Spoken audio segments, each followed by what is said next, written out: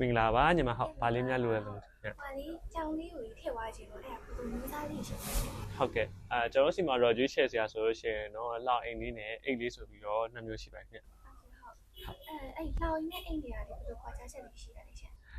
လှအိမ်လေးရဲ့အသုံးပြုပုံလေးကတော့ကျွန်တော်တို့ကဒီ Dewey ရွာသွားတဲ့အခါ express ကားနဲ့ပဲဖြစ်ဖြစ်ကျွန်တော်တို့ကအိမ်မှာတယောက်တည်းထားခဲ့တဲ့အခါကျတော့ရှိရင်အစာနဲ့ရေနဲ့တွဲရက်လေးထားပြီးလို့ရပါတယ်ခင်ဗျ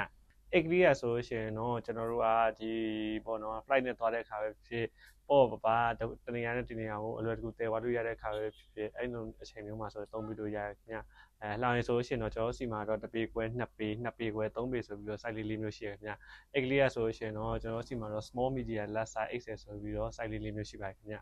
ညီမကြောင်လေးကဘယ်ရွယ်လောက်ရှိတယ်မလဲခင်ဗျအရွယ်ရောက်ပြီးသားကြောင်လေးရှင်ဟုတ်အဲ့ဆိုလို့ရှိရင်တော့ကျွန်တော်သူနဲ့တုံးမဲ့ size လေးပဲ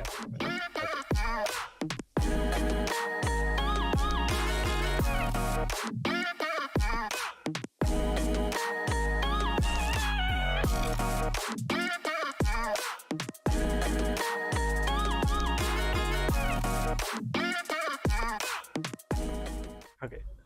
ဒါလေးအဆင်ပြေလားမသိဗျပြင်တော့ဟုတ်ကဲ့ဟုတ်ကဲ့ပါဟုတ်ဟုတ်ကဲ့ပါဟုတ်